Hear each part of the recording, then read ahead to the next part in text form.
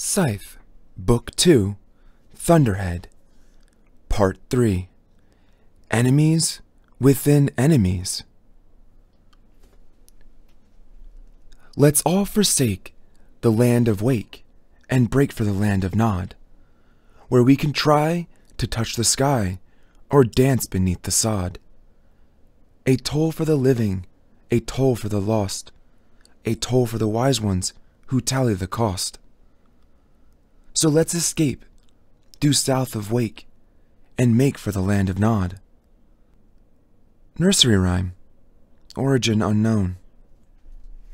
Chapter 15, Hall of the Founders.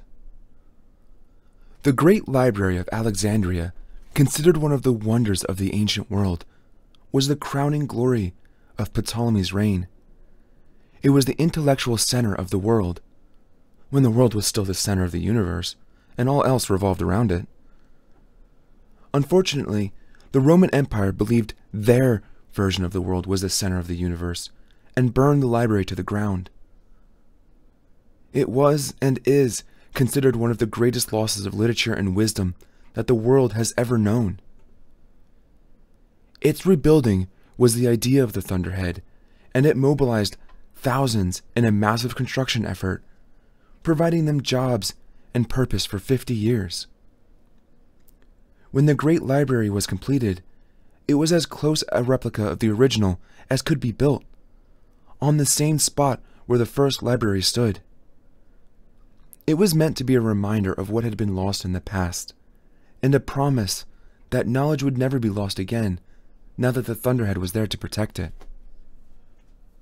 Then, upon the library's completion, it was seized by the Scythedom to house its collection of scythe journals, the leather-bound parchment volumes that all scythes were required to keep every day of their lives. As the Scythedom was free to do whatever it pleased, the Thunderhead could not stop it. It had to remain content in the knowledge that the library had, at least, been rebuilt. As for its ultimate purpose, that could be left in the hands of humankind. Minura Atrushi, like most people in the world, had a job that was perfect in that it was perfectly ordinary. And like most everyone in the world, she didn't hate her job, nor did she love it. Her feelings lingered somewhere near the center.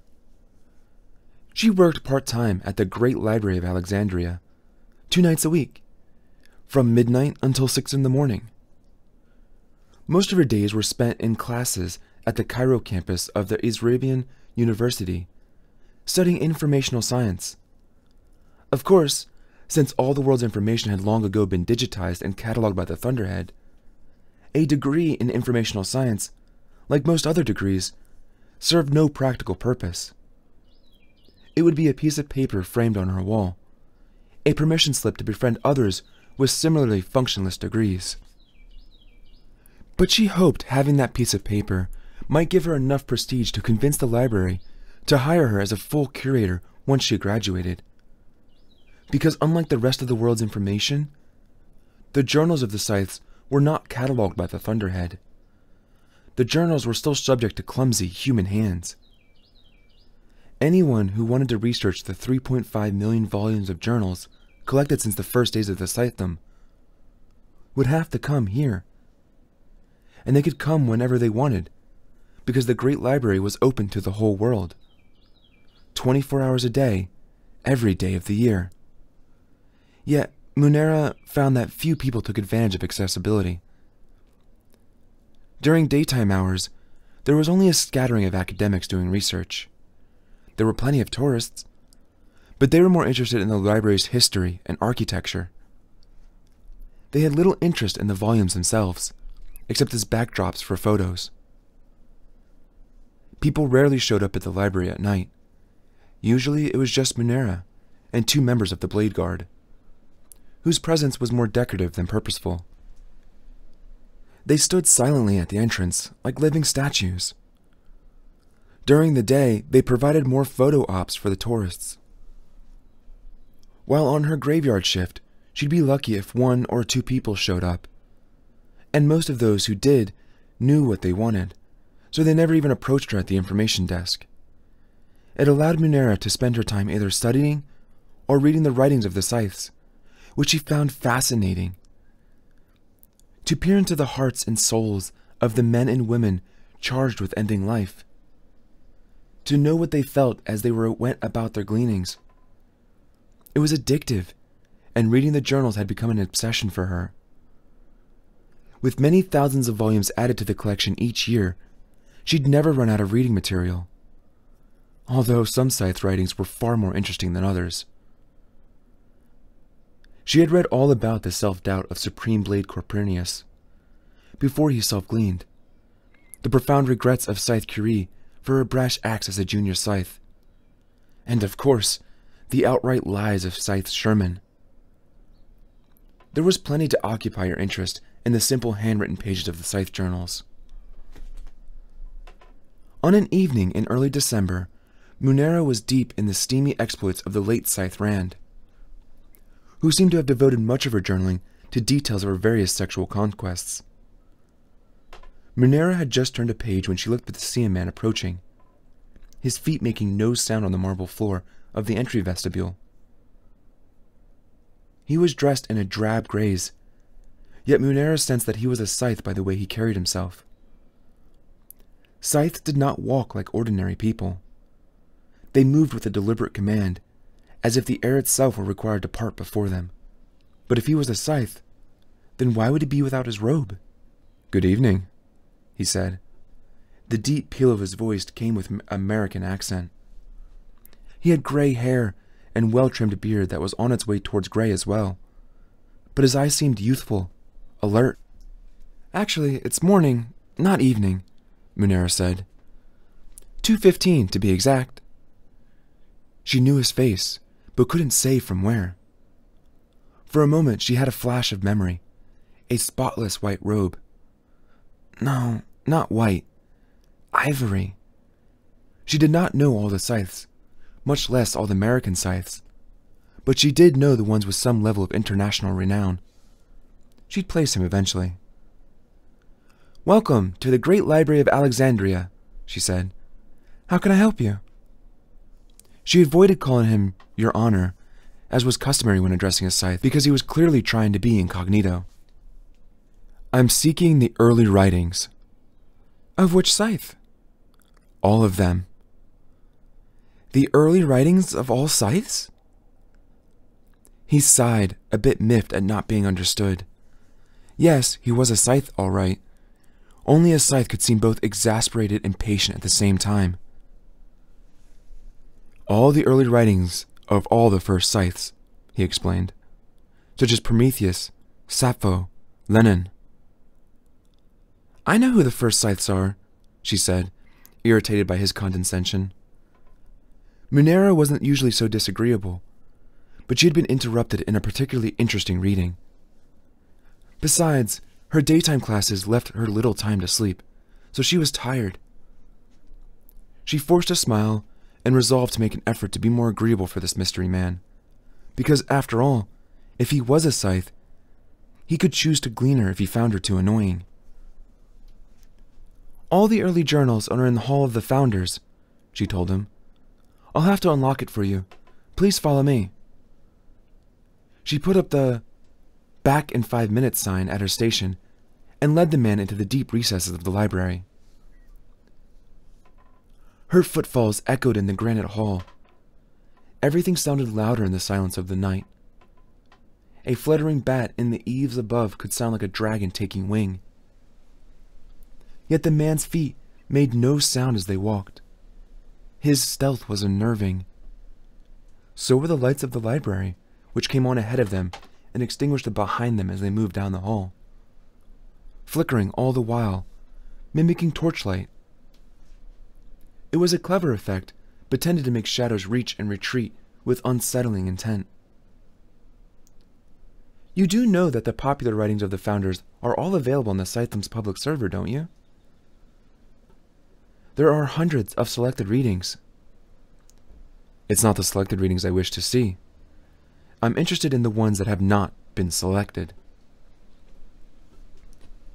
She looked over at him one more time, and finally it struck her who he was. And it struck her with such force that she stumbled with the shock of it. It was only a small stumble, and she recovered quickly, but he saw it. He was, after all, a scythe, and scythes notice everything. Is something wrong? Not at all. It's the flickering of the lights. It makes it hard to see the uneven seams in the floor stones. Which was true, even though it was not the reason for her misstep. But if there was truth in what she said, perhaps he would not read her lie. Munera had acquired a nickname during her tenure here at the library. The other clerks called her the Mortician behind her back. Partly because of her funeral personality, but also because one of her jobs was to close out the collections of the scythe who had self-gleaned, or had been permanently ended by sinister means, as was happening more and more in the American regions. A year ago, she had catalogued the complete collection of this scythe, from the day he was ordained until the day he died. His journals were no longer housed in the collection of living scythes. They were now in the North Wing, among the journals of all the other mid-American scythes who no longer walk the earth. Yet here he was, Scythe Michael Faraday, walking right beside her. She had read quite a few of the Scythe Faraday's journals. His thoughts and musings always affected her more than most. He was a man who felt things deeply. The news of his self-gleaning last year had saddened Munera, but he had not surprised her. A conscience as weighty as his was as difficult a burden to bear. Although Munera had been in the presence of many scythes before, she had never felt as starstruck as she did now. Yet she couldn't let it show. She couldn't let it on that she knew who he really was. Not until she had time to process it, and figure out how on earth he could be here, and why. "Your name is Munera," he said. More a statement than a question. At first, she thought he must have read her nameplate at the information desk, but something told her that he knew her name long before he approached her tonight. "Your name means luminous." "I know what my name means." "So are you? Are you a luminary among dimmer stars?" "I'm just a humble servant of the library." They stepped from the long central hallway out into a courtyard garden. On the far side were the wrought iron gates of the Hall of the Founders. Up above, the moon cast the topiaries and sculptures around them and deep shadows of mauve. The shadows like dark pits that Munera was loath to tread on. "Tell me about yourself, Munera," he said in that quiet way scythes have of turning polite requests into orders one couldn't refuse. At that moment, she realized that not only had she recognized him, but that he knew it. Did that put her in danger of being gleaned? Would he end her life to protect his own identity? From his readings, he did not seem to be the type of the scythe who would do such a thing. But scythes were inscrutable. She felt cold now, even though the Arabian night was sultry and warm. "I'm sure you already know anything I might tell you," sighed Faraday. There, she had said it. Now all pretenses were gone. He smiled. "I'm sorry not to have introduced myself earlier, but my presence here is, shall we say, unorthodox." "So then, am I in the presence of a ghost? Are you going to disappear into a wall, only to return night after night to haunt me with the same request?" "Perhaps. We shall see." They arrived at the Hall of the Founders. She unlocked the gates, and they stepped into a large room that, to Munera, had always resembled a crypt. So much so that tourists often asked if the first scythes were buried here. They were not, but Munera often felt their presence in the room nonetheless. There were hundreds of volumes on heavy limestone shelves, each book encased in a climate-controlled plexiglass case, an extravagance reserved only for the oldest volumes in the library. Scythe Faraday began to browse. Munera thought he would ask for his privacy and tell her to leave, but instead he said, "Linger here, if you would. This place is too grand and austere to make a comfort of solitude." So she closed the gate, peering out to make sure there was no one there to see them. Then she helped him open the tricky clear plastic case that held the volume he had retrieved from the shelf, and sat across from him at the stone table in the center of the chamber. He didn't offer an explanation to the obvious question that hung in the air between them, so she had to ask it. "How did you come to be here, Your Honor?" "By plane and by ferry." "Tell me, Minera, why did you choose to work for the Scythedom after failing your apprenticeship?" She bristled. Was this his way of punishing her for asking the question he did not want to answer? "I did not fail. There was only an opening for a single Israbian scythe at the end of my apprenticeship, and there were 5 candidates. So 1 was chosen, and 4 were not. Being among the unchosen is not the same as failure." "Forgive me, I meant no insult or disrespect. I'm merely intrigued that the disappointment did not turn your heart against the Scythedom." "Intrigued, but not surprised?" Scythe Verde smiled. "Few things surprise me." Munera shrugged, as if her unsuccessful apprenticeship 3 years before didn't matter. "I valued the Scythedom then, and I value it now." "I see." Carefully turning a page in the old journal. "And how loyal are you to the system that discarded you?" Munera clenched her jaw, not sure what answer he was fishing for, or for that matter, what her true answer would be. "I have a job. I do it. I take pride in it." "As well you should." He looked at her, into her, through her. "May I share with you my assessment of Munera Atrushi?" he asked. "Do I have a choice?" "You always have a choice," he said, which was a half-truth if ever there was one. "Fine. Share your assessment of me." He gently closed the old journal and gave her his full attention. "You hate the Scythedom as much as you love it. Because of that, you wish to become indispensable to it. You hope that, in time, you will become the world's greatest authority on the journals held in this library. It would give you power over the Scythedom's entire history. That power would be your silent victory, because you would know that the Scythedom needs you more than you need it." Suddenly Munera felt a slight loss of balance, as if the desert lands that had swallowed the cities of the pharaohs were shifting beneath her feet, ready to swallow her as well. How could he see so deeply into her? How could he put words to feelings she had never even voiced to herself? She had read her completely in a way that freed her, yet ensnared her at the same time. "I see that I am right." He gave her that same smile that was both warm and mischievous at once. "What do you want, Scythe Faraday?" And finally he told her. "I want to come here night after night until I find what I'm looking for in these old journals. And I want you to keep my identity a secret, warning me if anyone approaches while I'm doing my research. I want you to promise me that the Scythedom will not be alerted to the fact that I am still alive. Can you do that for me, Minera?" "Will you tell me what you're looking for?" "I can't do that.